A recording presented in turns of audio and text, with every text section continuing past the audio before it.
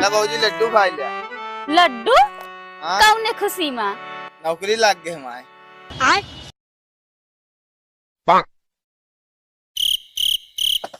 Sir देखा था ओकर नौकरी लग गए। अबू ओकर मेहरारू एसी वाले कमरा में एसी वाली गाड़ी में रहे आराम से। ओकरे देही पर सोने के जेवर दिखाए। देखा था तू पड़ा रहा इसे। तू गोबर फेंक हम गोबर फेंकवावा। नौकरानी बने के रख देंगे हम।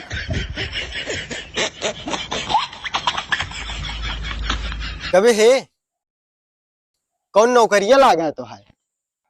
कहाँ नौकरी लगी है? तो घर खाली बैठा रहे, हमके 50 रुपया खर्चे के तो दोनों प्राणी झगड़ा कराई दी।